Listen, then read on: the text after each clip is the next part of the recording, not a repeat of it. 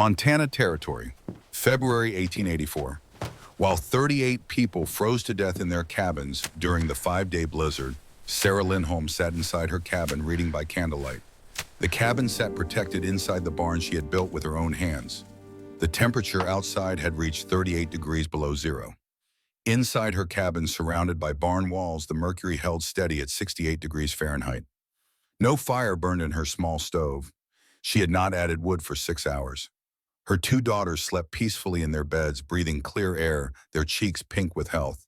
3 miles away, Thomas Crawford huddled with his family around a roaring fire that consumed wood faster than he could feed it.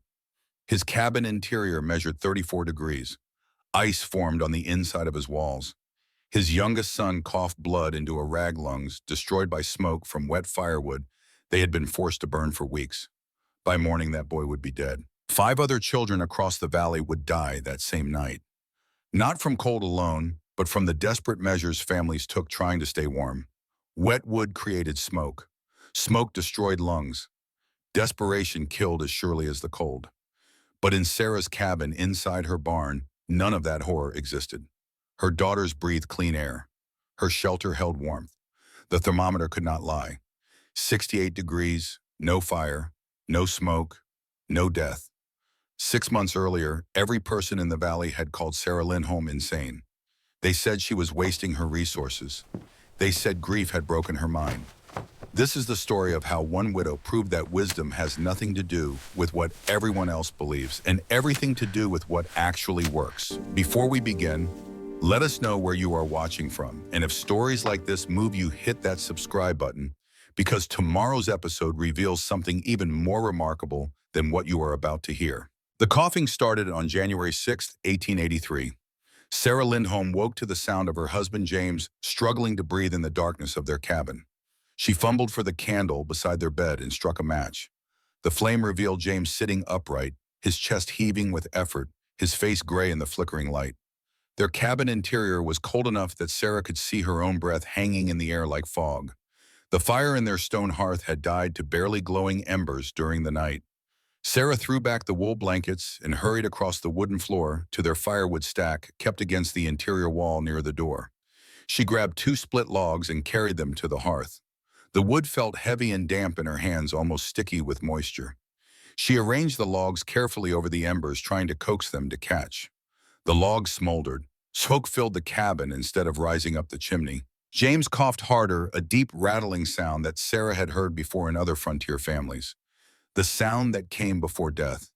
She opened the door to clear the smoke. January wind howled into the cabin, dropping the interior temperature even further. Her daughters, Anna and Rebecca, woke crying from the cold. Sarah closed the door quickly and tried again with the fire. She added dry kindling from their precious small supply, kept specifically for starting fires. She blew on the embers until her lungs ached. The wet wood refused to burn cleanly. It produced thick gray smoke and almost no heat. She could feel the heat being consumed by the moisture in the wood wasted on turning water to steam instead of warming their home. By mid-morning, Sarah had managed to coax a weak fire from the damp wood, but the effort had taken 3 hours and wasted most of their remaining dry kindling. The cabin was marginally warmer than it had been at dawn, but smoke hung in the air despite her best efforts to manage the draft. James lay in bed, his breathing shallow and rapid. His fever had climbed, his lips had taken on a gray cast. Sarah knew exactly what was happening because she had watched it happen to the Miller family the previous winter. Wet firewood created smoke instead of heat. Smoke in enclosed spaces without proper ventilation caused lung sickness. Lung sickness in winter without proper warmth and clean air killed people. The chain of cause and effect was simple and brutal and unavoidable. She went outside to their main woodpile, a stack of split logs they had prepared in autumn and covered with heavy canvas. The canvas had blown free during a December storm when Sarah had been too exhausted from other work to secure it properly. Snow had buried the pile. Now in early January, that buried wood was their only fuel supply. Sarah dug through frozen snow with her bare hands until they went numb. She pulled out logs covered in thick ice. She brought them inside and tried to dry them near the weak fire. The process was impossibly desperately slow. Ice melted into water.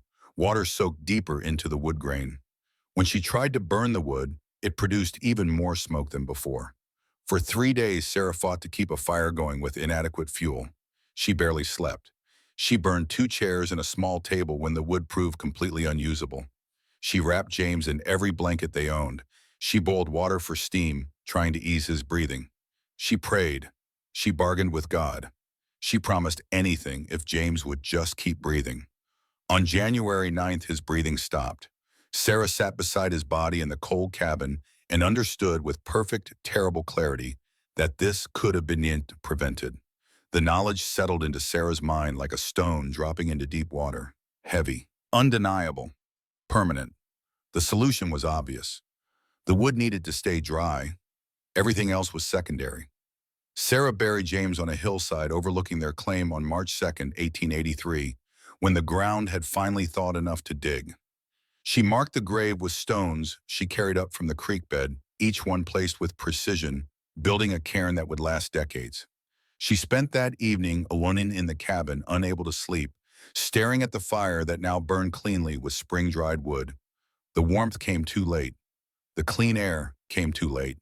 Everything came too late. Her daughter slept in the bed she had shared with James. Sarah sat at the table and began counting. She walked to the wood pile the next morning and calculated how many dry logs would have been needed to keep the cabin properly warm through January. She estimated fuel consumption per day based on what they had actually burned trying to stay alive. She factored in the wettest periods of winter when covered outdoor storage inevitably failed, no matter how carefully you built the shelter or how well you thought you had secured the canvas. The mathematics were simple and unforgiving. 12 cords of completely dry firewood, accessible without any exposure to weather, would guarantee survival through any winter Montana could deliver. 12 cords required significant storage space. A standard woodshed would work if built large enough, but Sarah had watched woodsheds fail across the valley. Wind drove rain through gaps in the siding, no matter how carefully you fitted the boards. Snow drifted against walls and found its way inside through cracks that appeared as wood dried and shifted. Roofs leaked at the seams where different sections met. Even covered wood grew damp over months of winter weather moisture, creeping in through 1,000 small failures of construction. She needed something better than a shed. She needed wood stored as protected as if it were inside a building with solid walls and a proper roof. The idea arrived fully formed one afternoon in late March. Sarah was repairing the cabin's exterior, chinking pressing clay, mixed with grass into gaps between logs, when she noticed how the logs themselves stayed perfectly dry under the roof overhang, but grew dark with moisture just inches away where rain could reach them. Protection from above mattered, obviously, but complete enclosure mattered more. Wood stored inside a building would stay perfectly dry indefinitely. Wood stored inside a building would be accessible regardless of weather conditions outside. She would never have to dig through snow to reach fuel. She would never have to carry wet logs inside hoping they might dry enough to burn. She needed to store 12 cords of firewood inside a structure large enough to hold it all. Most settlers would build a large shed or add a wood storage room onto their existing cabin. Sarah considered both options carefully and rejected them within an hour. Additions leaked at the joints where new construction met old no matter how carefully you fitted the timbers. Large sheds were difficult to build alone, and Sarah would be working entirely alone now. She had no money to hire help. She had no family nearby. She had 2 young daughters who needed protecting and feeding. She needed something simple enough for one woman to construct, but large enough to solve the storage problem completely and permanently. She spent all of April thinking through designs while she prepared her garden and managed the spring planting that would feed her family through the next year. A barn could hold 12 cords easily. A barn built with proper dimensions could house the firewood and provide covered workspace for other tasks. But Sarah pushed the concept further, following the logic to its natural conclusion. If a barn held firewood, and if a barn provided complete weather protection, why build the cabin separately? Why not build the cabin inside the barn? The idea seemed absurd at first consideration. Houses belong separate from barns. That was how things were done. That was tradition. But Sarah worked through the logic methodically, step by step, testing each assumption. A cabin built inside a barn would be protected from direct weather. The barn roof would shed rain and snow before it ever reached the cabin. The barn walls would block wind. The space between the barn exterior and the cabin walls could store firewood with absolute weather protection. She could access her fuel supply without ever stepping outside in a colder storm. The cabin would benefit from the insulation effect of the surrounding barn structure. By May, Sarah had made her decision. She would build a barn first. Then she would build her cabin in Tordemeisted. The firewood would be stored in the protected space between the two structures. Sarah walked into Millbrook's general store on May 14, 1883, and asked Samuel Porter for barn building supplies. She needed timber hardware nails in quantity and information about sawmill prices for dimensional lumber. Samuel looked at the young widow with confusion and concern. She lived alone now with her two daughters. What did she need with barn materials? Sarah explained her plan clearly and completely. She would build a barn structure approximately 30 feet by 20 feet. After completing the barn, she would construct a cabin at roughly 16 feet by 14 feet. The space between the barn walls and the cabin walls would store her firewood supply, 12 cords minimum, completely protected from weather, always accessible. Samuel Porter listened without interrupting. When she finished speaking, he set down the ledger he had been holding and looked at her with something between pity and alarm. He asked gently if she understood what she was proposing. A barn that size would take 3 experienced men most of a summer to build. She was one woman, a widow, with no timber framing experience. The cost of materials alone would consume most of what James had left her. And at the end of all that effort and expense, she would have a cabin sitting inside a barn, which made no practical sense when she could simply build a new cabin with a proper woodshed attached for half the cost and a quarter of the labor. Sarah asked again about the materials she needed. Samuel sold her what she requested because business was business and her money was good, but he mentioned the conversation to his wife that evening over supper. Sarah Porter mentioned it to neighbors the next day while buying fabric. By the end of May, everyone in Millbrook knew that the Lindholm widow planned to build a barn around a house. The reaction was consistent and immediate. The poor woman had lost her husband, and now she had lost her reason. Someone should intervene before she wasted everything James had left her and their daughters on an insane construction project. Thomas Crawford, whose land bordered Sarah's claim to the east, visited her in early June. He was a practical man, a good neighbor, someone who had survived 15 brutal winters on the Montana frontier through careful planning and common sense. He sat at her table and spoke gently the way you speak to someone fragile. He understood she was lonely. He understood the winter had been impossibly hard, but this barn plan was born from sorrow and isolation. She should build a proper cabin, or she should consider finding a husband who could provide and protect, or she should move back east to family if she had any. Building alone was dangerous. Building a barn before a house was backwards. Building a house inside a barn made no sense. No one had ever done such a thing. Sarah thanked him for his concern and continued her preparations. She had already laid out the barn's foundation line using stakes and string, measuring everything twice, checking the corners for square, using the 3-4-5 triangle method she had learned from watching James work. She had purchased timber from the sawmill and hauled it to her property over multiple trips with her horse and sledge working dawn to dusk until her shoulders burned. She had studied barn construction by visiting 3 different farms in the valley and asking questions about post and beam framing questions that farmers had thought were idle curiosity from a bored widow. Thomas Crawford left her cabin frustrated and worried. He told others that evening that Sarah would not listen to reason. The consensus in Millbrook became that someone should intervene more forcefully, but frontier culture respected property rights and individual choice absolutely.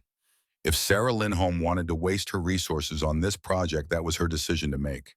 They would watch her fail. Then they would help her build something sensible afterward. But they would let her try first. That was the frontier way. Sarah began digging foundation holes on June 10, 1883. The work was brutal in ways that exceeded anything she had imagined. Each hole needed to be 3 feet deep to reach solid earth below the frost line. She dug with a post hole digger and a shovel, working from first light until darkness made precision work impossible. Her hands blistered on the first day. The blisters broke and bled on the second day. By the third day, calluses were beginning to form. Her back ached constantly. Her shoulders burned. She lost weight she could not afford to lose. Neighbors passing by on the road saw her digging and shook their heads. The foundation posts went into the ground during the 3rd week of June. Sarah had cut them from straight pines, She felt herself on the wooded section of her property, selecting trees with care, looking for minimal taper and straight grain. Each post was 10 inches in diameter and 12 feet long. She stripped the bark with a draw knife, working in the evening after the day's other labor was done. She shaped the bottoms to points so they would settle firmly into the holes she had dug with such effort. Setting the posts required techniques Sarah had learned by watching barn construction carefully and asking questions others had dismissed as female curiosity. She positioned each post vertically in its hole, then filled the space around it with rocks and tamped earth, packing everything tight. The process was slow and demanding. A single post took most of a day to set properly. She had 16 posts to install around the barn's perimeter. By early July, the foundation posts stood like a forest of sentinels, marking the barn's outline against the Montana sky. Sarah checked them obsessively for vertical alignment using a plumb line she made from a stone tied to string. If the posts leaned even slightly, the entire structure built upon them would be crooked. She adjusted posts that showed even minor deviation, digging them out and resetting them until satisfied. Thomas Crawford visited again in mid-July and found Sarah digging around a post she had already set 3 times. He asked what she was doing. She explained that the post was leaning 1/2 degree off vertical. That small deviation would compound as she added horizontal beams. The barn needed perfect foundation alignment, or everything built upon it would be compromised. The walls would not be square. The roof would not sit properly. The structure might stand for a season, but it would fail within a few years. Thomas looked at the other posts standing in precise formation, each one perfectly vertical, each one positioned exactly where it needed to be. He realized in that moment that Sarah was not simply grieving or acting from emotion. She was executing a plan with engineering precision he had not expected from anyone, let alone a woman working entirely alone with 2 young children to care for. He offered to help. Sarah declined politely but firmly. She needed to understand every connection and every technique herself. If something failed during construction or afterwards, she needed to know exactly why and exactly how to fix it. The town's opinion shifted slightly after Thomas described what he had seen. People began stopping by to watch her labor. Some offered advice. Sarah listened politely and continued using her own methods. She began installing the horizontal support beams in mid-July 1883. These beams connected the vertical posts and formed the frame onto which she would build walls and roof structure. Each beam was a full log approximately 8 inches in diameter, spanning the distance between posts. The beams needed to be perfectly level or everything built upon them would be crooked. Sarah built a lifting system using pulleys she purchased from Samuel Porter's general store with the last of her available cash. She rigged ropes through the pulleys and attached them to the beams. By pulling on the ropes while using her horse for additional force, she could lift beams that weighed several hundred pounds and position them onto the posts. The process looked dangerous to anyone watching.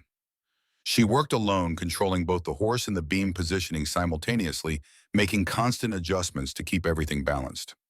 One slip, one miscalculation, and hundreds of pounds of timber would fall. Sarah Porter stopped by one afternoon in late July and watched the operation with growing alarm. She asked if Sarah feared being crushed by the heavy timber. Sarah paused in her work and wiped sweat from her face. She replied that she stayed careful and thought through each step completely before acting. The beams went up one by one through the hottest part of summer. Sarah worked from before dawn until the heat became dangerous, then resumed in the evening when temperatures dropped. Each beam required notching at the connection points so it would seat firmly onto the posts. She used a hatchet and chisel to cut precise recesses, testing the fit repeatedly until satisfied. Then she drilled holes through the joints using a brace and bit, working slowly to keep the holes straight. Wooden pegs driven through these holes locked the beams to the posts. The structure grew solid and square, timber by timber, connection by connection. By August, Sarah's barn frame rose 12 feet above the ground. The vertical posts and horizontal beams created a skeleton of what the finished structure would become. Neighbors passing by could see the scale of what she was attempting. The frame was massive, larger than most houses in the region. Some people began to respect the ambition, even while doubting the outcome. The roof frame presented the greatest challenge Sarah had faced. She needed to raise ridge beams that would span the barn's 30-foot length and support the roof structure. Each ridge beam weighed approximately 400 pounds. Standard barn construction required multiple men working together to lift such timbers into position. Sarah had only herself, her horse, and her pulley system. She spent 3 full days rigging an elaborate arrangement of ropes, pulleys, and anchor points. The system allowed her to multiply her force enough to lift the massive beams incrementally, a few inches at a time. She would pull on ropes to raise one end of a beam several inches, then secure it with a locking mechanism she devised. Move to the other end and raise it to match. Repeat the process dozens of times, checking alignment constantly until the beam reached its final position, 12 feet above the ground. Word spread that Sarah would attempt to raise the first ridge beam on August 10th. Neighbors gathered to watch, expecting catastrophic failure. Some came hoping to help when the inevitable disaster occurred. Others came simply to witness the moment when the project finally collapsed under its own ambition. The beam rose slowly that morning, swaying slightly as Sarah worked the pulley system with methodical precision. Her horse provided steady pulling force on the main line, while Sarah guided the beam and managed the securing ropes. Every few inches of elevation required adjustments to prevent the beam from twisting or sliding. The work was exhausting and nerve-wracking. One mistake would send 400 pounds of timber crashing down. After 6 hours of careful incremental lifting and positioning, the ridge beam settled into its notched supports. Sarah drove wooden pegs to lock it in place, then stepped back and examined her work. The beam was level. The beam was secure. The beam had risen exactly as she planned. She began rigging for the second beam immediately. Thomas Crawford told others that evening that he had watched something he could not fully explain. A woman barely over 5 feet tall had lifted a timber that 4 grown men would struggle to carry. She had done it alone, using nothing but rope pulleys, systematic thinking, and absolute determination. The whispers started quietly in late August. Sarah worked too precisely for normal female capacity. She understood leverage and force distribution in ways that seemed unnatural. She must have help from dark sources or from a man she was hiding. How else could she accomplish such work entirely alone while also caring for 2 young daughters? The whispers reached Sarah through Margaret Flynn, who came to warn her that people were talking. Sarah was mixing mortar for chinking when Margaret arrived. She listened to the warning without stopping her work. She asked what exactly people were saying. Margaret hesitated, then spoke plainly. Some thought Sarah had made a bargain with dark powers in her grief. Others thought she had a man secretly helping her, which raised questions about her morality as a widow. Sarah set down her trowel and looked at Margaret directly. She said people could think whatever made them comfortable. She had no time or energy to concern herself with superstition or gossip. Her barn frame was nearly complete. She would begin work on the cabin interior soon. Winter was coming, her daughters needed shelter. Everything else was irrelevant noise. Margaret admired Sarah's indifference to town opinion, even while worrying it would isolate her further. She asked if Sarah was ever lonely working alone day after day. Sarah replied honestly that she was often lonely, but loneliness was temporary. The work continued through September. Sarah installed dozens of smaller supporting members for the roof, creating a framework strong enough to hold the weight of boards and earth. She worked through early autumn cold and the first light snows. By late October, the barn skeleton was complete. Posts, beams, and roof framing stood in weathered timber geometry against the Montana sky. Sarah had built the framework for a structure larger than most farmhouses in the territory. She had done it alone in 4 months of brutal labor. Sarah began installing the barn's roof covering in early November. She had purchased rough sawn boards from the sawmill, hauling them to her property throughout the summer, whenever she had free time between barn framing work. Now she nailed these boards across the roof frame in overlapping courses that would shed water. The work went faster than the framing had gone. Nailing boards required less precision than fitting timber joints. By mid-November, the barn had a weatherproof roof.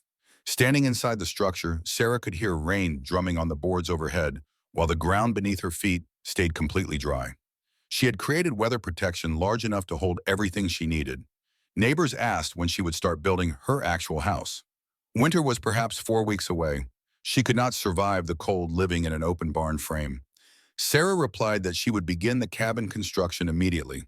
First, she needed to close the barn sides to complete the weather protection. She installed vertical board siding on 3 sides of the barn during late November. The 4th side facing south she left partially open to provide access and light. The opening was wide enough to drive a wagon through if needed. She would close it with proper doors later But for now, the opening served her purposes perfectly. The barn became the talk of Millbrook once again. Sarah Lindholm had built a structure that rivaled the best barns in the county. The framing was square and solid. The roof did not leak despite heavy rain. The siding was tight with minimal gaps. She had accomplished professional quality construction working entirely alone. Some residents began to genuinely respect her competence even if they still questioned her judgment. Sarah moved her few possessions into the barn in late November, setting up a temporary living space in one corner. She arranged her bed, a small table, 2 chairs, and essential supplies. She built a fire pit for cooking and minimal heat. The arrangement was crude and obviously temporary, but the barn roof kept rain and snow off her. The partial walls blocked most wind. She was comfortable enough for the short term while she worked on the next phase. Then she began laying out the cabin's foundation inside the barn. She used stakes and string to mark a rectangle 16 feet wide and 14 feet deep. The cabin would sit near the center of the barn's interior space, leaving approximately 7 feet between the cabin walls and barn walls on all sides. That 7-foot space would become her firewood storage area. People who visited and saw the staked outline finally understood with complete clarity what Sarah was building. She was actually constructing a house inside the barn. The concept was so strange, so unprecedented, that some visitors asked multiple questions to ensure they understood correctly. Yes, a complete cabin with walls, roof, windows, and door. Yes, inside the barn they had watched her build. Yes, she and her daughters would live in the cabin while the barn surrounded it. Yes, she understood how unusual this seemed. Thomas Crawford asked the question others were thinking but hesitant to voice. Why not simply build a cabin by itself outside the barn and be done with it? Why add this extra layer of complexity? Sarah's answer was simple and logical. A cabin surrounded by barn walls would never face direct weather. The barn protected it from rain, snow, and wind. The space between the structures would store 12 cords of firewood with absolute protection from moisture. She would access dry fuel regardless of conditions outside. This was not complexity for its own sake. This was solving a specific problem completely. Thomas considered her logic carefully. He found it sound even if unconventional. The barn and cabin system would solve the firewood storage problem in a way no other method could match. Whether the solution justified the enormous effort remained to be seen, but the reasoning behind it was solid. Sarah began cabin construction on December 1st, 1883. She started by laying a foundation of flat stones arranged in a level rectangle following the string lines she had marked so carefully. The stones would keep the cabin's base logs off the ground, preventing rot from the soil moisture. She gathered the stones from a creek bed on her property, selecting flat pieces that would stack evenly. The foundation work took 5 days. Sarah placed each stone with care, checking level constantly with a straight edge, adjusting until satisfied. When finished, she had a stone base exactly 16 feet by 14 feet, raised 6 inches above the barn's dirt floor. The precision matched the standards she had maintained throughout the barn construction. She began laying cabin logs on December 7th. The logs were pine 10 to 12 inches in diameter, stripped of bark, and shaped to consistent roundness. Sarah had prepared them during the summer, cutting trees and storing them to dry while she worked on the barn frame. Now she lifted each log onto her stone foundation and began the careful work of notching corners. The corner joints required precise cutting. Sarah used a saddle notch technique, cutting curved recesses in each log so they would interlock at right angles. Each notch needed to be identical in depth and curve for the corners to rise evenly without gaps. She worked with hatchet chisel and saw her removing wood in controlled cuts until the fit was perfect. This was work she had watched James do years earlier. She had paid attention then without knowing she would need the skill herself. Neighbors who stopped by found the scene almost surreal. Inside a large barn, a woman was building a log cabin using techniques normally employed by experienced carpenters. The cabin walls rose 1 log at a time through December. Sarah worked alone, lifting each log into position using a ramp and lever system similar to what she had used for the barn beams. She would roll a log up the ramp, then use a wooden lever to shift it precisely onto the wall. Once positioned, she would cut the corner notches and pin the log to those below, using wooden pegs driven through drilled holes. The work was slow and demanding. Each log required hours of measuring, shaping and lifting, positioning, and securing. Sarah maintained her dawn to dark work schedule, taking breaks only to prepare meals for her daughters and herself. By late December, the cabin walls had risen to waist height. The structure's outline was clear now. 4 walls forming a rectangle sitting on stone foundation, growing upward one log at a time inside the protective barn. The contrast was striking. The barn massive and rough. The cabin inside smaller and refined. 2 structures, one inside the other, each serving a specific purpose in Sarah's comprehensive system. Margaret Flynn visited on December 20th and brought bread she had baked. She found Sarah fitting a log, adjusting its position with careful taps from a wooden mallet. Margaret watched for several minutes before speaking. She said the cabin looked well built and solid. Sarah thanked her and continued working, making minute adjustments until the log sat exactly right. Margaret asked if Sarah would finish before the worst winter weather arrived. Sarah replied that she would finish when the cabin was built correctly. Speed mattered less than quality. A cabin built wrong would fail. A cabin built right would last decades. She was building for decades, not for speed. The cabin walls reached shoulder height by year's end. Sarah had laid 23 courses of logs, creating walls nearly 5 feet tall. She needed approximately 15 more courses to reach the height where she would begin roof construction. At her current pace, the walls would be complete by late January. Then would come the roof, the most complex part of cabin construction. The cabin walls reached full height on January 28, 1884. Sarah stepped back inside the barn and examined the structure she had built. 4 walls of carefully fitted logs stood 7 feet tall, creating interior space of 16 by 14 feet. The walls were plumb and square. The corners were tight. Now came the roof, and Sarah had planned something different than standard cabin construction. Most frontier cabins use simple gabled roofs, 2 sloping planes meeting at a central ridge. Sarah planned a shed roof, a single sloped plane that would be easier to construct alone and would direct water runoff toward the barn's drainage system. The design was simpler than a gable, but required careful angle calculation to ensure proper water flow. Thomas Crawford visited while she was cutting rafters for the roof frame. He examined her measurements and asked why she chose a shed roof instead of the traditional gable design. Sarah explained that a shed roof required fewer structural members, making it feasible for one person to build. The single slope would direct all water to one side where she had planned drainage. The lower profile would leave more space between the cabin roof and barn roof for air circulation and additional insulation if needed in the future. Thomas said it was unconventional. Sarah replied that she was done with conventional. She began raising the roof frame in early February. The structure consisted of rafters spanning from the high wall to the low wall, creating the slope she needed. Sarah built the frame in sections on the ground, then lifted each section into place using her pulley system. The sections were lighter than the massive barn beams had been, but still required careful handling. She worked methodically, securing each piece before moving to the next. The roof frame took 2 weeks to complete. When finished, it created a distinct sloped covering over the cabin interior. Sarah immediately began nailing boards across the rafters to create a solid roof deck. She worked from inside the cabin, standing on a platform she built for the purpose. The boards went down in overlapping courses, each one nailed securely. Where boards met, she sealed the joints with her mixture of pine tar and clay. By late February, the cabin had a complete roof. Standing inside the barn, you could see the cabin as a complete structure. Walls, roof doorway, window openings. It was clearly a house sitting inside a barn, the strangest construction anyone in Montana Territory had ever seen. Sarah installed a door and 2 windows in early March. The door was simple, built from boards fitted together and hung on leather hinges.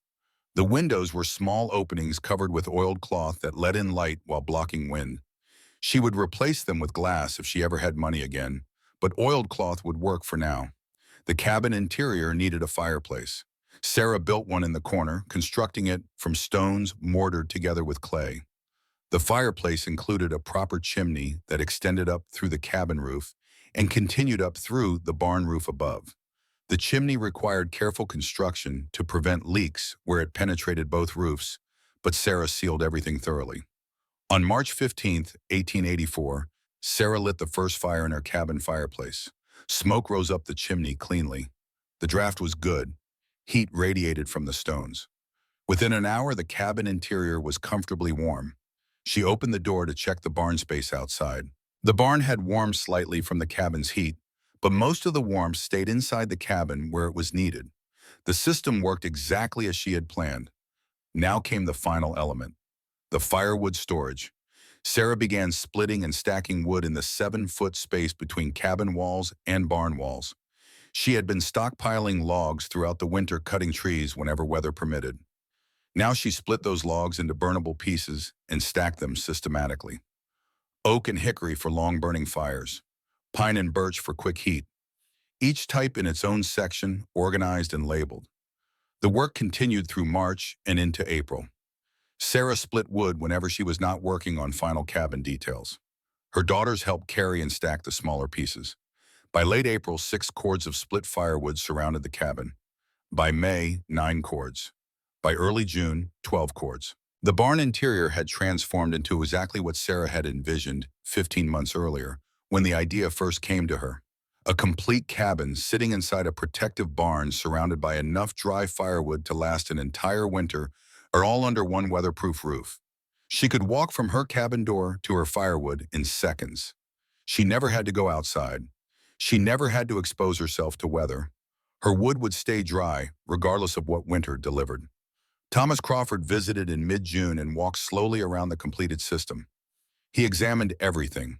The barn structure solid and square, the cabin inside well-built and weather-tight, the firewood stacked in organized walls. The whole arrangement was strange and unprecedented and undeniably functional. He asked Sarah what the total cost had been. She calculated quickly. Materials for the barn, materials for the cabin tools she had to purchase, sawmill charges, approximately $140, which was most of what James had left her. Thomas whistled low. That was enough to buy good farmland or livestock for a new start. Sarah had spent it all on this shelter system. He asked if she thought it was worth it. Sarah looked at the cabin where her daughters were playing safely. She looked at the firewood stacked 12 cords deep. She looked at the barn roof overhead, solid and protective. She said it was worth everything. Her children would be warm and safe. That was worth more than any amount of money or land or livestock. Thomas nodded slowly. He understood. Whether it would actually work through a harsh winter remained to be seen, but the construction itself was impressive by any measure. Summer passed with Sarah and her daughters settling into their new home. The cabin stayed comfortable even during the hottest days because the barn shaded it from direct sun. Sarah worked her garden, preserved food for winter, and made final improvements to her shelter system. She added shelves inside the cabin. She built a better ladder for accessing the barn's loft space. She organized her firewood stacks with even more care, ensuring easy access to each wood type. September arrived with the first hints of autumn cold. Frost touched the grass on the morning of September 18, 1884. Sarah stood at her cabin door, looking out into the barn, then through the barn's wide opening to the landscape beyond. The air held a sharp edge. Winter was announcing its approach. Thomas Crawford visited on September 22nd with news. Old-timers in Millbrook were predicting an early and harsh winter. The signs were clear. Woolly caterpillars showed thick bands of black. Squirrels gathered nuts with unusual intensity. Wild geese had flown south 3 weeks earlier than normal. The predictions pointed to heavy snow arriving before November, possibly before the end of October. Thomas stood just inside the barn entrance and looked at Sarah's complete system. He suggested carefully that she should consider moving into town for the winter. Her barn and cabin system was untested in true cold. If something failed during severe weather, if the system did not work as planned, she would be isolated and vulnerable. The nearest neighbor was over a mile away. If she needed help, no one would know. Sarah thanked him for his concern, but declined. Her system would work. The barn kept weather away from the cabin and firewood. The cabin stayed warmer because the barn blocked wind. Her firewood was split, seasoned, and stacked in perfect protection. She would be fine. Her daughters would be safe. Thomas persisted. He said that even if her structures held up perfectly, living alone through a hard winter was dangerous for reasons beyond cold. A broken bone, a serious illness, any emergency would be potentially fatal without nearby help. Winter killed people in many ways. Sarah replied that she had no choice. She had 2 daughters to protect. This shelter was built specifically to keep them alive. She would trust it. Other neighbors echoed Thomas's concerns throughout September. Pastor Wilson came to speak with her about wisdom and accepting help from the community. Margaret Flynn came to offer space in her own cabin if Sarah changed her mind. Samuel Porter stopped by to mention that he could arrange storage for her belongings if she decided to winter in town. Everyone meant well, everyone was worried. Sarah heard the same arguments repeatedly and gave the same answer. She appreciated their concern deeply, but she would stay in her own home. The shelter was built specifically to handle harsh winters. If it worked, others could build similar shelters. Margaret Flynn tried a different approach. She visited on September 30th and spoke with unusual directness. The town thought Sarah was stubborn to the point of self-destruction. People genuinely worried about her safety and the safety of her daughters. If she stayed isolated in her barn cabin and the winter was as bad as predicted, she might not survive. Her daughters might not survive. Was this worth the risk? Sarah set down the knife she had been using to cut vegetables and looked at Margaret directly. She explained that this was about making sure Anna and Rebecca never faced what she had faced. This shelter would keep them warm and safe. If she moved to town every winter, what was the purpose of building it? Margaret understood the logic but remained worried. She made Sarah promise to signal if she needed help. Sarah agreed readily. She would hang a white cloth from the barn entrance if she required assistance. Otherwise, people should assume she was managing fine. October arrived with unusually cold temperatures for early autumn. The predictions were proving accurate. Winter was coming early. Sarah moved final supplies into her cabin during the first week of October. Everything she and her daughters owned fit comfortably into the space she had built. Their beds, table chairs, cooking implements, clothing tools, and personal items all found places in the organized interior. At night, with candles lit, the cabin felt warm and secure inside the protective barn. Sarah spent the second week of October testing her complete system methodically. She cooked meals using the fireplace, learning exactly how it drew air and expelled smoke. She monitored how quickly the cabin warmed when she lit a fire and how long it retained heat after the fire died. She practiced accessing her firewood stores, walking from the cabin through the barn space to select fuel from the organized stacks. The process took less than a minute. She never had to step outside the barn into weather. On October 12th, a delegation from Millbrook arrived for one final attempt. Thomas Crawford, Samuel Porter, and Pastor Wilson came together. They found Sarah outside the barn entrance making minor repairs to the siding. She climbed down from her ladder when she saw them approaching. Pastor Wilson took the lead, speaking with genuine care. The community valued her. They cared about her well-being and the well-being of her daughters. Living alone in an untested barn cabin system through what promised to be a severe winter was unwise. They had arranged space with the Porter family if she would reconsider. The girls could have a proper room. Sarah would be safe and warm. She could return to her shelter in spring. Sarah faced the three men and spoke clearly. She appreciated everything they were offering, but her decision was final. She would stay in her home. The barn was weatherproof. The cabin was sound. Her firewood was dry and plentiful. She had food supplies stored. She had water access. She would be fine. Samuel Porter said she was being unreasonably stubborn. Sarah replied that she was being reasonably prepared. There was a significant difference. The men were welcome to check on her periodically, but she would not abandon her home because others doubted it.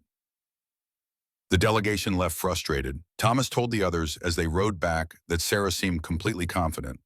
Whether that confidence was justified, winter would provide the answer soon. The first snow fell on October 24th. Light flakes accumulated to barely an inch before melting. Sarah watched from her cabin window. The barn entrance remained open during the day for light and air. Snow that blew into the outer section of the barn melted quickly on the ground. None reached the cabin or the firewood stacks. She lit a small fire that evening, burning just 3 pieces of split oak. Within an hour, the cabin temperature had risen to 64 degrees. She let the fire die. Over the next 6 hours, the temperature dropped only 2 degrees. The barn surrounding her cabin was already proving its insulating effect. At bedtime, the cabin was still 62 degrees. Outside, the temperature had dropped to 28 degrees. More snow came on October 29th. This time, 4 inches accumulated and the temperature stayed below freezing. Winter had arrived a full month early. Sarah settled into routines. She maintained a small fire each evening for 2 to 3 hours. She cooked meals. She helped her daughters with their lessons. She mended clothes. She told stories. The cabin stayed comfortable. The firewood remained accessible and perfectly dry inside the barn's protection. November brought the first real storm. On November 9th, 1884, snow began falling at dawn and continued without stopping for 36 hours. The temperature dropped to 10 degrees. Wind drove the snow sideways. By the time the storm ended, 2 feet of snow covered the landscape. Drifts reached 4 and 5 feet where wind had piled it. Sarah watched the storm through her cabin window. Snow accumulated outside the barn, but the barn's wide entrance remained partially clear because of the roof overhang.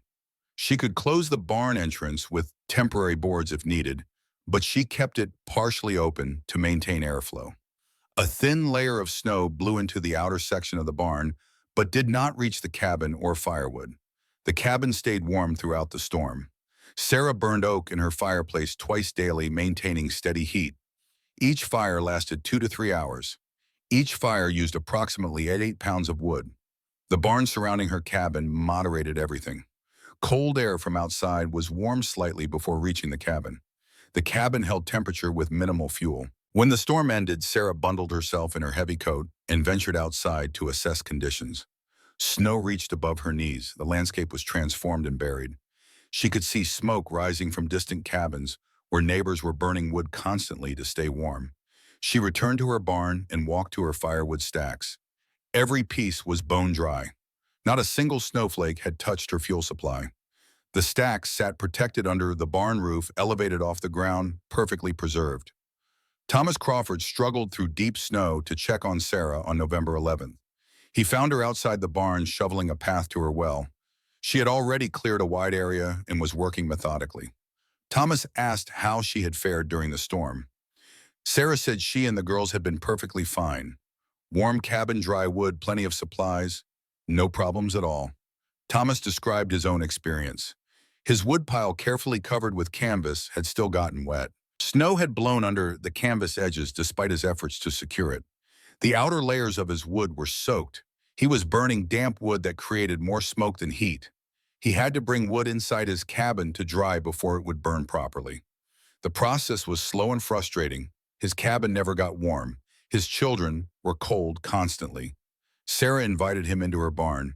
She lit a candle and led him through the barn space into her cabin.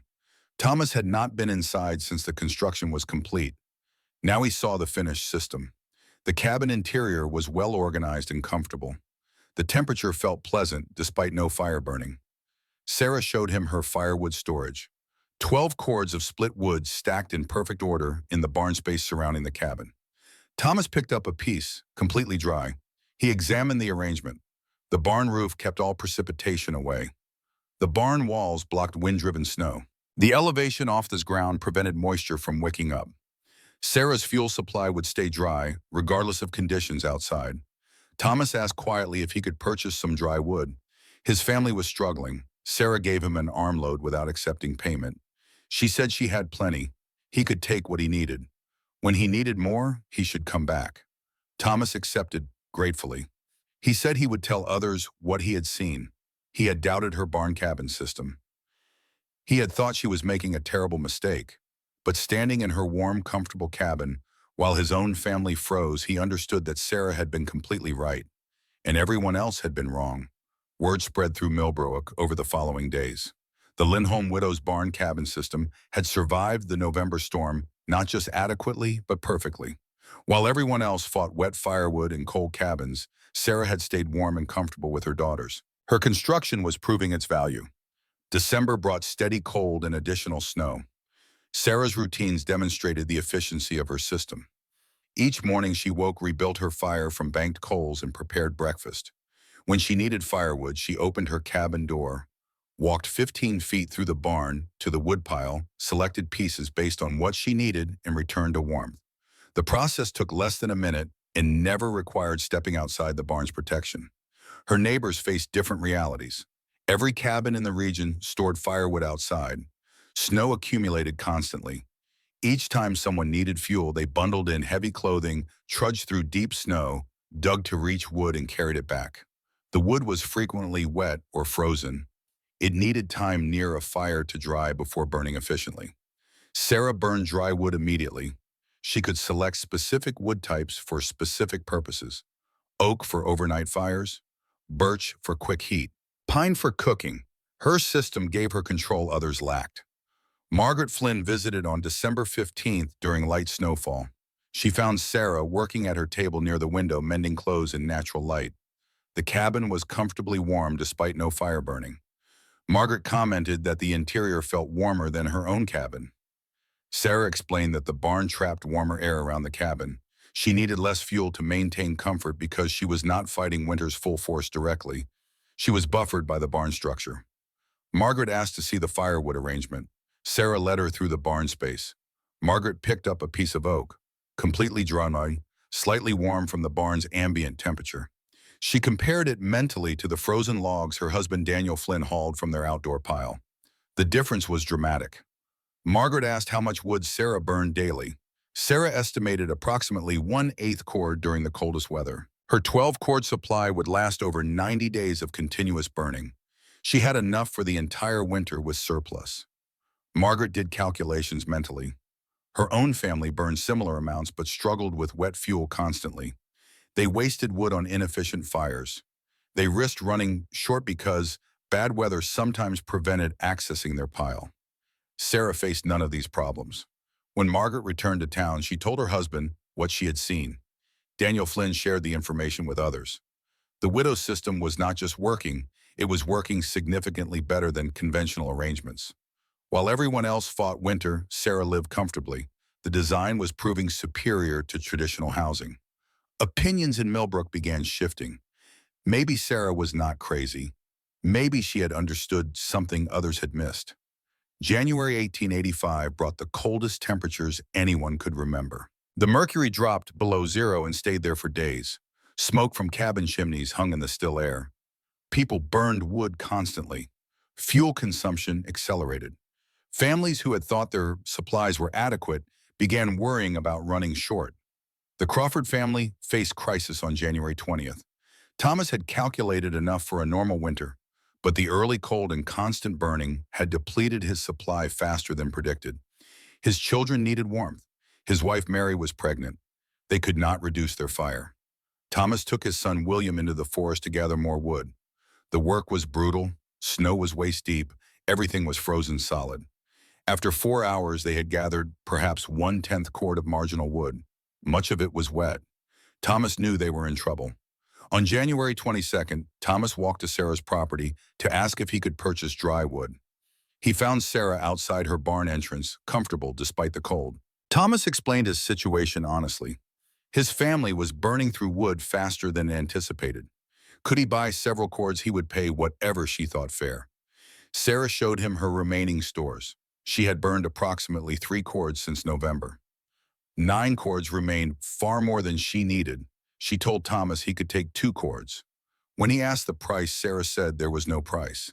He needed dry wood for his family. She had surplus. He should take what he needed. Thomas was stunned. He tried to insist on payment. Sarah refused. She would not charge neighbors for something that might save lives. Thomas accepted with deep gratitude. He spent the next day hauling wood. His children would stay warm. Word of Sarah's generosity spread quickly. Other families facing shortages came to ask about purchasing wood. Sarah gave away another 2 cords to 3 families in desperate need. She still had 5 cords remaining, far more than she would burn before spring. The gifts created a profound shift in community perception. Sarah was not hoarding, she was sharing freely. The barn cabin system everyone had mocked was now helping families survive. The crazy widow had become the wise woman who prepared well and gave generously. Pastor Wilson mentioned Sarah during his January 28 sermon. He spoke of wisdom in preparing thoroughly. He spoke of virtue in sharing abundance. He spoke of the danger of judging too quickly. Sarah was not present, but several families who had received her wood were. They understood. On February 4th, 1885, Thomas Crawford returned with Samuel Porter and 2 other men. They came to understand the barn cabin system seriously. Thomas had described it, but they needed to learn the construction principles themselves. Several families were planning to build similar structures. Sarah welcomed them. She walked them through the entire system, explaining each element. The barn structure came first, creating weatherproof space. The cabin built inside provided living quarters surrounded by protection. The firewood stored between stayed dry regardless of weather while remaining accessible. Samuel examined the construction and asked specific questions about dimensions, materials, and techniques. Sarah answered precisely. She shared information freely. If others wanted to build similar structures, she would help them avoid mistakes. One man asked about cost. Sarah estimated the barn cabin system cost approximately 30% more than a standard cabin with woodshed. However, it provided superior weather protection, better insulation, guaranteed dry firewood, and reduced fuel consumption. The additional cost was justified. Another man asked about construction time. Sarah said she had worked alone for 14 months, but much time went to learning. With experience and multiple workers, a barn cabin could be completed in 4 to 5 months. Families could build during summer and be ready for winter. Thomas asked why Sarah had built this when no one else had. The principles were not complicated. Why had settlers not developed this approach earlier? Sarah considered the question. She said most people built the minimum necessary. They accepted challenges as unavoidable. They did not question traditional methods. She had questioned everything. That questioning had led to different answers. Innovation came from refusing to accept that current methods were the only methods. The men discussed construction plans. 3 families committed to building barn cabins before next winter. They would pool labor and help each other. Samuel said he would stock additional supplies at the store. There would be demand. Before leaving, Thomas asked if Sarah regretted the mockery she had faced. Did she feel vindicated? Now Sarah shook her head. Other people's opinions had been irrelevant then and remained irrelevant now. What mattered was that her daughters were safe and warm. She could help neighbors in need. Everything else was noise. February 10th, 1885. The barometer began falling at dawn. Sarah noticed it when she stepped outside the barn to fetch water from the well. The air felt heavy and oppressive. The sky held a yellowish cast she recognized. A major storm was building. She returned to her cabin and checked her supplies methodically. Food sufficient for 2 weeks. Water stored. Firewood stacked and accessible. Candles and lamp oil. Medical supplies, everything she might need. Her daughters were safe inside, playing a game Rebecca had invented using smooth stones. Sarah watched them and felt calm settle over her. Whatever was coming, they would face it from safety. By noon, the first flakes began falling, large, heavy flakes that accumulated quickly. Within an hour, visibility had dropped to a few dozen yards. The wind picked up, driving snow sideways. Sarah closed the barn's wide entrance, partially leaving just enough opening for ventilation while blocking most of the wind. She returned to her cabin and lit a fire, not because they needed warmth yet, but because the ritual soothed her. Anna asked if this was going to be a bad storm. Sarah said yes, probably, but they would be fine. They had everything they needed. By evening, the temperature had dropped to 18 degrees below zero. Snow had accumulated to 10 inches and showed no signs of stopping. The wind howled outside the barn, but inside the space remained relatively calm. A few gusts made it through the partial opening, but the barn's mass absorbed most of the force. Sarah's cabin sat in near silence, protected by the outer structure. She cooked supper using her fireplace, let the fire die to coals, and put her daughters to bed. The cabin temperature held at 62 degrees. Outside, the blizzard raged. Inside, her children slept peacefully. This was exactly what she had built the system to do. Sarah sat at her table and wrote in the journal she kept sporadically. She recorded the date, the temperature, the storm conditions. She noted that the barn cabin system was performing perfectly. She wrote that tomorrow would likely be worse. The barometer was still falling. Day 2 of the blizzard brought conditions that tested every structure in the valley. The temperature at dawn was 28 degrees below zero. Wind gusted to 50 miles per hour. Snow fell so thick that visibility dropped to zero. You could not see 10 feet in any direction. The world had become white chaos. Sarah woke, checked the cabin temperature. 58 degrees. The temperature had dropped overnight, but slowly. The thermal mass of the cabin walls and the insulation provided by the barn kept the decline gradual. She rebuilt her fire from banked coals, added 3 pieces of oak, and prepared breakfast for her daughters. When the fire had burned for an hour, the cabin temperature had risen back to 64 degrees. She let it die again. The system required so little fuel. She walked through the barn to check her firewood stacks. Every piece remained dry, despite the storm raging outside. The barn roof shed snow efficiently. The walls blocked wind. The elevation and spacing prevented any moisture from reaching the wood. Sarah returned to her cabin feeling satisfied. Everything worked exactly as planned. 3 miles away, the Crawford family was fighting for survival. Thomas had burned through most of the dry wood Sarah had given him. Now he was back to his own supply, wet and difficult to light. His cabin interior measured 32 degrees despite a roaring fire that consumed wood at an alarming rate. His children huddled together under blankets shivering. His wife Mary, 8 months pregnant, sat as close to the fire as she could manage. Their youngest son Timothy, age 6, had developed a cough the night before. Thomas recognized the sound, the same rattling cough that preceded serious illness. He burned more wood, trying desperately to raise the cabin temperature. The wet logs produced thick smoke. Thomas opened a window to clear it. Cold air rushed in. He closed the window. The smoke built again. It was an impossible choice. Suffocate in smoke or freeze in clear air. He chose smoke. At least it came with some heat. By mid-morning on day 2, Timothy's cough had worsened. His lips had taken on a slight blue tinge. Mary held him close, trying to warm him with her body. Thomas made a decision. He would take Timothy to Sarah's barn cabin. It was 3 miles through a blizzard and 28 below zero temperatures. The journey might kill them both. But staying would definitely kill Timothy. He had seen this progression before. The boy needed warmth and clean air immediately. Thomas bundled Timothy in every piece of clothing he could find. He wrapped him in blankets. He put him in a canvas sack to block wind. Then Thomas dressed himself in his heaviest coat and prepared to carry his son through hell. Mary begged him not to go. They would both die in the storm. Thomas said they would die here if he did nothing. At least this way there was a chance. He stepped out into the blizzard carrying his son. The wind nearly knocked him over immediately. The cold hit like a physical blow. He could not see anything. He knew the direction to Sarah's property, but in these conditions, direction meant little.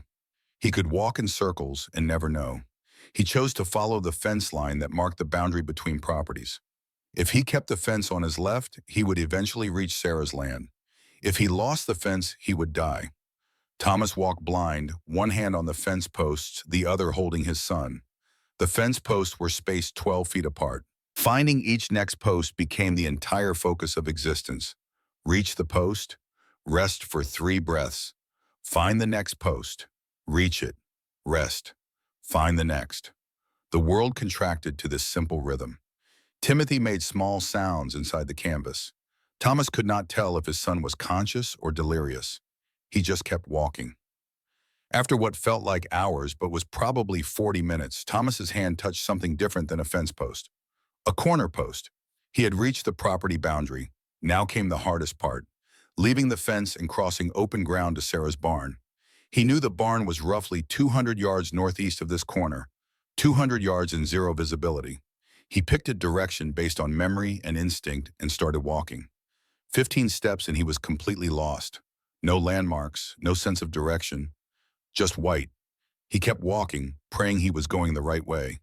50 steps, 100. He should have reached something by now. Had he gone the wrong direction? Was he walking away from shelter into empty prairie? 200 steps. Nothing. Panic started creeping in. Then his foot hit something solid under the snow. He dug down. Wood. A board. He cleared more snow. The barn's south-facing entrance. He had found it. Thomas nearly wept with relief.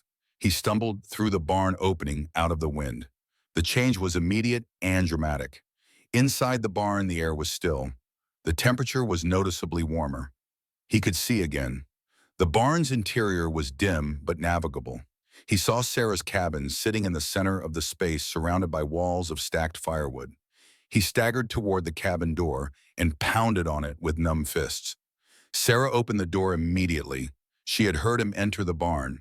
She took one look at Thomas and the bundle he carried and pulled them both inside. Timothy was unconscious. His lips were blue-gray. His breathing was shallow and irregular. Sarah recognized severe hypothermia immediately. She had seen it before. She had read about it in medical texts. She knew exactly what to do. She stripped off Timothy's wet outer clothing. She wrapped him in dry blankets. She positioned him near the cabin's stone wall away from the direct heat of the fireplace. Rapid warming of severe hypothermia could cause heart failure. The warming needed to be gradual and controlled. The stone wall radiated gentle heat, perfect for slow temperature recovery. Thomas collapsed on the floor, his own body shutting down from cold. Sarah got him out of his wet coat and wrapped him in blankets as well. She heated water on the fireplace, not boiling, just warm. When Timothy showed signs of consciousness, she would give him small sips. For now, she just monitored his breathing and waited. Anna and Rebecca watched from their beds, quiet and scared. Sarah spoke to them calmly, explaining that Timothy was very cold and needed to warm up slowly. Everything would be fine. They were doing exactly what needed to be done. An hour passed. Timothy's color began to improve. The blue tinge faded. His breathing deepened slightly. 2 hours. His eyes opened. He looked around, confused, not recognizing where he was. Sarah gave him warm water in tiny sips. 3 hours. Timothy was conscious and aware. His core temperature had risen from critical levels to merely cold. 4 hours. He was out of immediate danger. Sarah made hot broth and gave it to both Timothy and Thomas. They drank gratefully. Thomas looked at Sarah with tears in his eyes. He said his boy would be dead now, if not for her barn cabin. Sarah said the barn was just wood and nails. What mattered was that Timothy was safe. Thomas shook his head. No. What mattered was that Sarah had built something everyone said was impossible. She had done it alone. She had done it right. And now that impossible thing had saved his son's life. He would never forget this. Never. Outside, the blizzard continued to rage. Inside Sarah's cabin, surrounded by the protective barn, 5 people sat in warmth and safety. The thermometer on the wall read 63 degrees. The fire in the fireplace had died to coals an hour earlier. The cabin was holding temperature through the worst storm in memory with minimal fuel input. The mathematics were undeniable. The barn cabin system worked exactly as Sarah had predicted it would. Thomas Crawford, who had doubted her, who had called her plan backwards and strange, sat in her cabin and understood completely. Sarah Lindholm had not been crazy. Everyone else had been blind. Day 3 of the blizzard brought even worse conditions. The temperature dropped to 38 degrees below zero. The wind increased. Snow continued falling without pause. Across the valley, families burned through their firewood supplies at desperate rates. Smoke filled cabins as people tried to coax heat from wet wood. Children coughed. Adults made impossible choices: stay warm and suffocate, or breathe clear and freeze. Some cabins ran out of wood entirely. People burned furniture, bed frames, anything that would produce heat. In one cabin 4 miles from Sarah's property, the Johnson family made a terrible decision. With their wood exhausted and their children shivering violently, they lit their remaining furniture and huddled close. The fire spread to the cabin walls. They got out, but barely. Now they stood outside in 38 below zero with no shelter. They would freeze to death within an hour. Desperation drove them toward the nearest smoke they could see: Sarah's chimney. They did not know if they could make it. They had to try. Sarah saw them coming through the barn entrance. A man, a woman, and 3 children staggering through snow, barely moving. She ran out to help them. The children were nearly unconscious. The parents were not far behind. Sarah and Thomas got them all into the cabin. 5 more people added to the 3 when already there. The cabin was becoming crowded, but everyone fit. Sarah went through the same warming protocol she had used with Timothy: gradual heat, dry blankets, warm liquids when they could swallow. The cabin temperature dropped slightly with the door opening and the addition of 5 cold bodies, but the fireplace brought it back up quickly. By evening, all 5 Johnsons were recovering. Sarah had saved 3 more lives. The parents sat in stunned silence, looking around the cabin. They had heard about Sarah's barn cabin system, but dismissed it as foolishness. Now that foolishness had saved their entire family. Day 4 brought a brief respite. The snow stopped. The wind died slightly. The temperature remained brutally cold at 32 below, but visibility returned. People ventured out to assess damage and check on neighbors. What they found was grim. 2 elderly residents had frozen to death in their cabins. Multiple families had abandoned their homes and taken refuge with relatives in town. Cabins had structural damage from ice and snow. Chimneys had cracked from overuse. The valley had been devastated by 4 days of extreme weather. But Sarah's barn cabin sat untouched and fully functional. Her firewood supply had barely been dented. 5 cords remained of her original 12. She had sheltered 8 people through the worst of the storm and still had fuel surplus. The barn had suffered 0 damage. The cabin had stayed warm throughout. The system had performed beyond even Sarah's expectations. Thomas Crawford stood outside the barn on day 4 morning and looked at the devastation across the valley. Then he looked at Sarah's barn solid and intact. He made a decision. His family needed a barn cabin. Not next year, now. He would start as soon as the weather permitted. Sarah agreed to help him with the design. She would share everything she had learned. Thomas returned home to find his wife and his other children managing, but cold. His cabin temperature had dropped to 28 degrees overnight. They had burned their last dry wood. Thomas told Mary what he had decided. They were building a barn cabin, starting in spring. Mary looked at her husband and her children and the cold cabin around them and said yes, whatever it took, they would build it. On February 15th, the storm finally broke completely. The sun emerged for the first time in 6 days. The temperature climbed to a relatively warm 15 degrees above zero. The valley began digging out and taking stock. The final count was sobering: 38 deaths across the region, most from hypothermia or smoke inhalation. Dozens of families had lost their homes or suffered severe damage. Fuel supplies were critically depleted, with months of winter still remaining. The community was in crisis. But one barn cabin on Sarah Lindholm's property had weathered the entire storm without incident. 8 people had taken refuge there. 8 people who would certainly have died otherwise. The barn had protected them. The cabin had kept them warm. The firewood had stayed dry and accessible. The system had worked. News of what happened during the blizzard spread through Millbrook within days. People who had mocked Sarah now spoke her name with respect. The barn cabin was no longer seen as the foolish project of a grief-stricken widow. It was now recognized as a genuine innovation in frontier survival architecture. Families came to Sarah asking questions. Could she help them build similar structures? Would she share her techniques? Sarah said yes to everything. She would help anyone who wanted to learn. She would not charge for the knowledge. Information that could save lives should be freely available. By the end of February, 7 families had committed to building barn cabins before the next winter. They formed work groups pooling labor and resources. Sarah met with each family, walking them through every detail of construction. She drew diagrams. She explained load-bearing principles. She shared her mistakes and how she had corrected them. She became a teacher without ever intending to.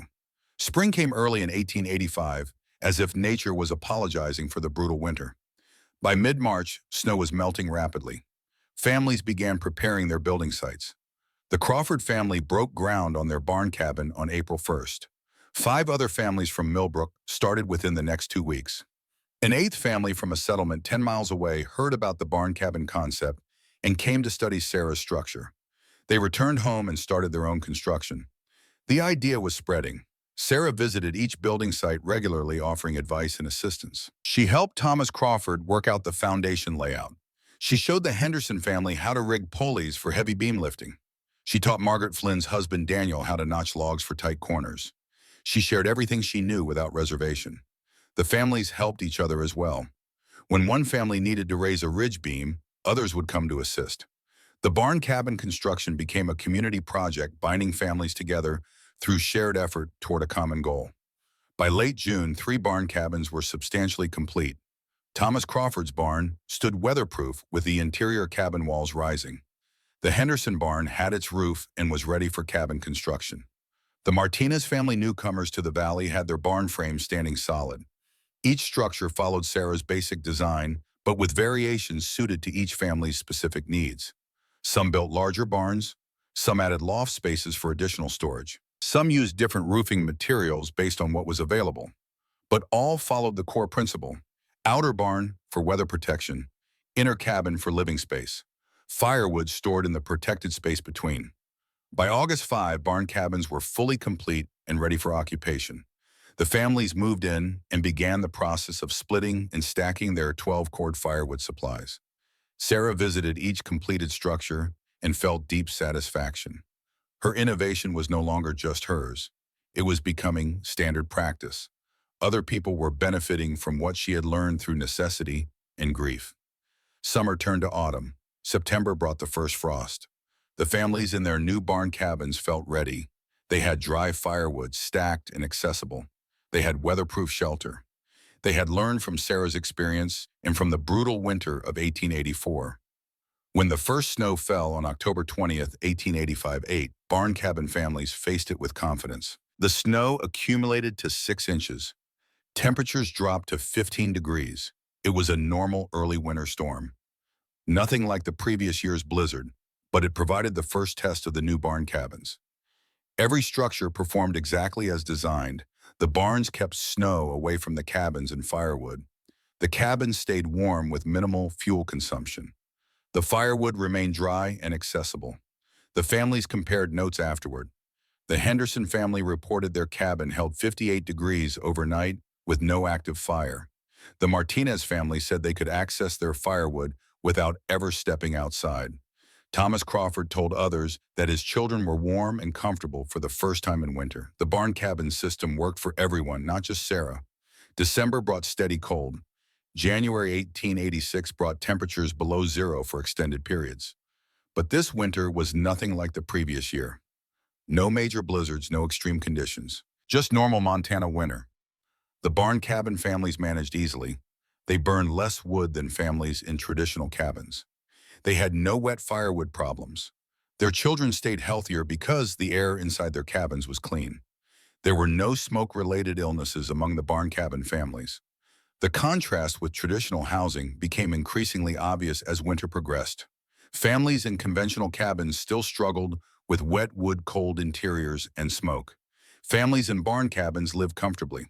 By February, 3 more families had committed to building barn cabins in the coming spring. By March, the count was up to 12 new structures planned for 1886 construction season. The innovation was spreading faster than Sarah had imagined possible.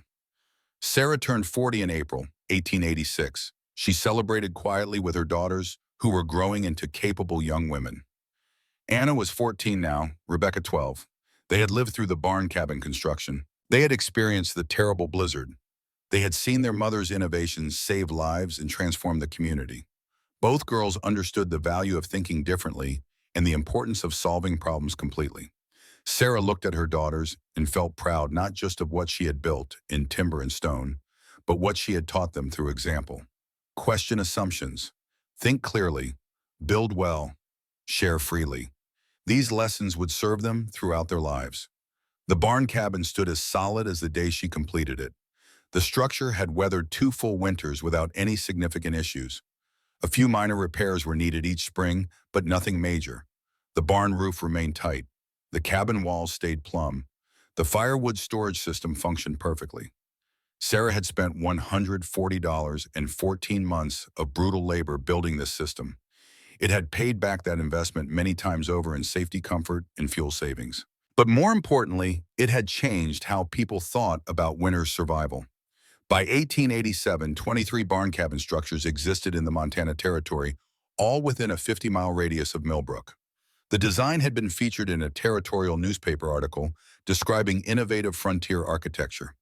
A civil engineer from the territorial government visited Sarah's property to document the construction techniques.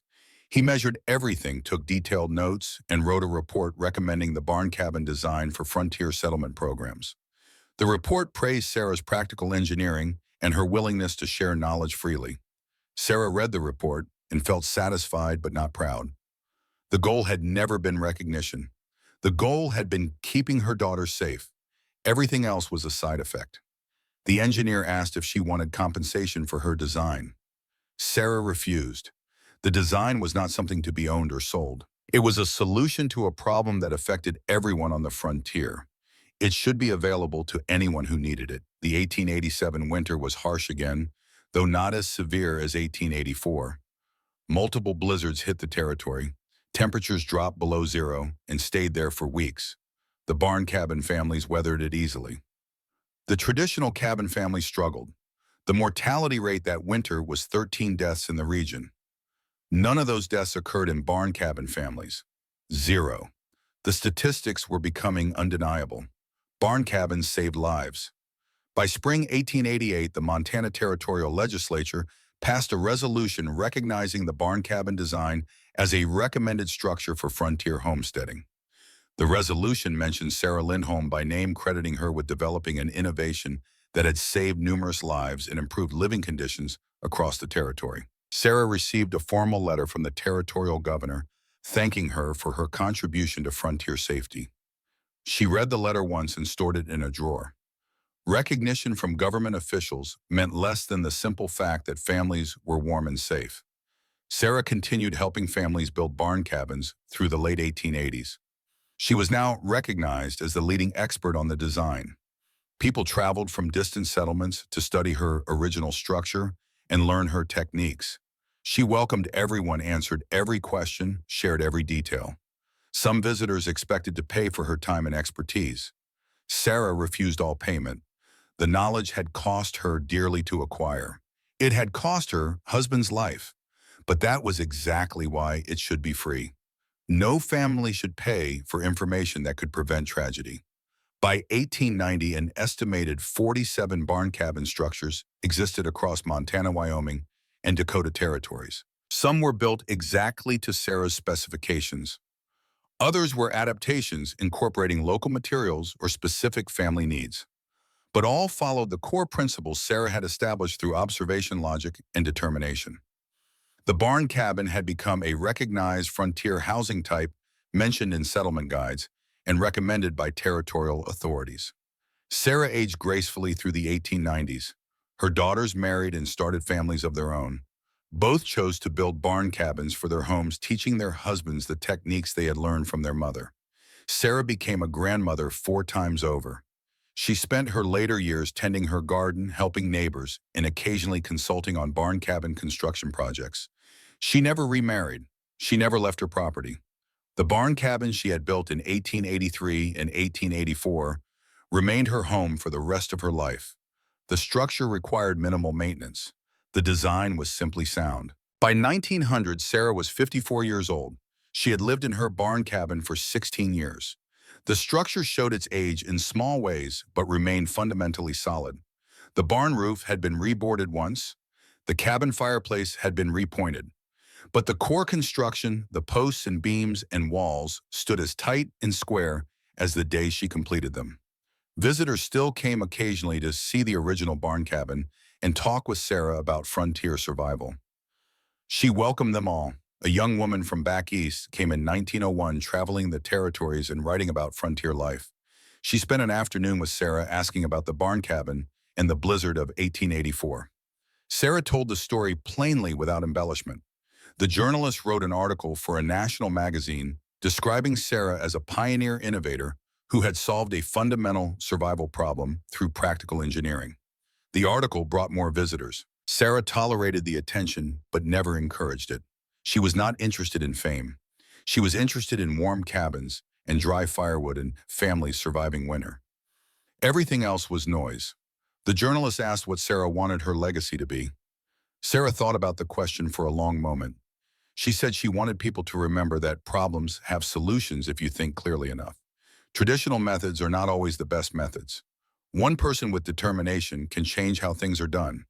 And knowledge should be shared freely because saving lives matters more than personal gain. Those were her legacy, not the barn cabin itself, but the principles behind it. Sarah Lindholm died peacefully in her sleep on March 15, 1909. She was 63 years old. Her daughters found her in the morning lying in bed in the cabin she had built 25 years earlier. The cabin temperature was 60 degrees. A small fire had burned out overnight. Sarah had simply gone to sleep and not woken. It was a gentle death, the kind she deserved after a hard life. Her funeral was held at the Millbrook Church. Over 200 people attended. Families came from across the territory, many of them living in barn cabins. Thomas Crawford spoke at the service.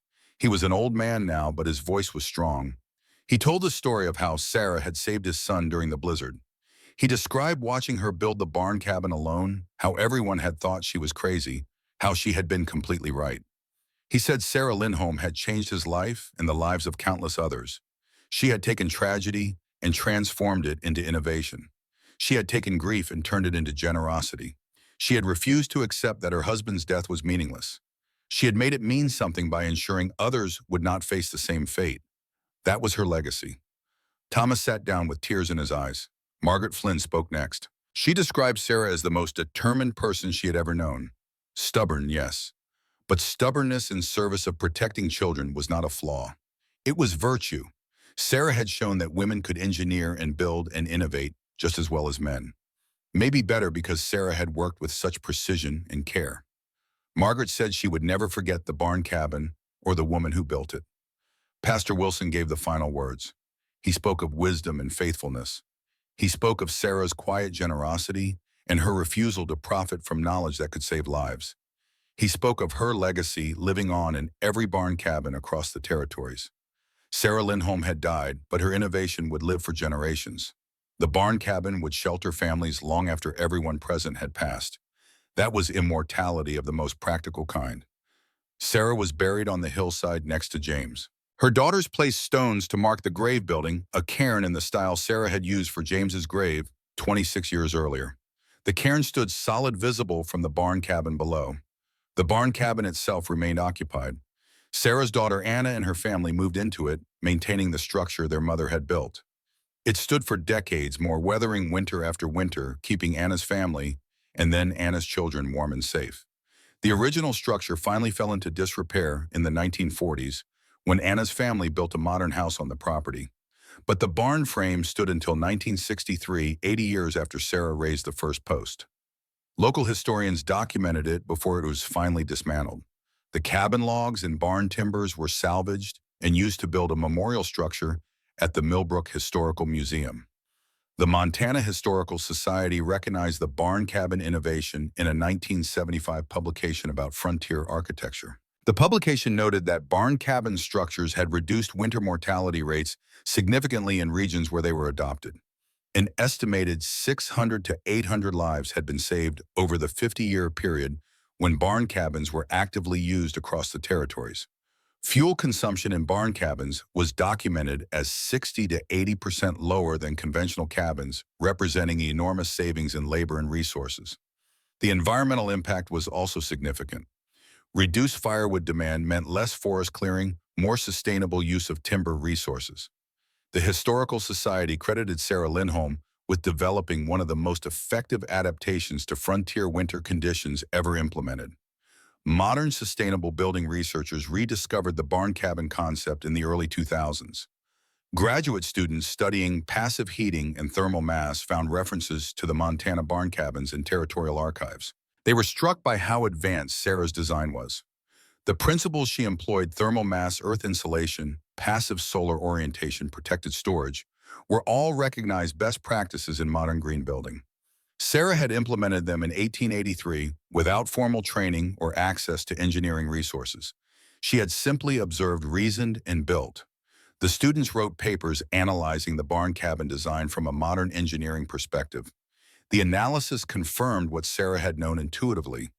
The system worked because it followed fundamental thermodynamic principles. The barn reduced heat loss. The cabin stored heat in massive walls. The earth provided insulation and temperature moderation. The firewood stayed dry, ensuring maximum combustion efficiency. Every element served multiple functions. Every choice was optimized for performance. It was elegant engineering achieved through clear thinking and practical testing. In 2018, a filmmaker produced a short documentary about Sarah Lindholm and the barn cabin innovation. The film featured interviews with historians, engineers, and descendants of families who had lived in barn cabins. It included footage of the memorial structure at the Millbrook Museum and computer animations showing how the barn cabin system functioned. The film concluded with a simple message. One widow in 1883, facing tragedy and isolation, refused to accept that her husband's death was inevitable. She questioned assumptions everyone else took for granted. She designed a solution that worked better than anything that had come before. She shared that solution freely. And because of her determination and generosity, hundreds of families survived who otherwise would have perished. That is what individual initiative and clear thinking can accomplish. That is what one person can do. Today, the site of Sarah's original barn cabin is marked with a bronze plaque placed by the Montana Historical Society. The plaque reads, "Here stood the barn cabin built by Sarah Lindholm in 1883 and 1884. Her innovations saved numerous lives and influenced frontier architecture across the Northern Territories.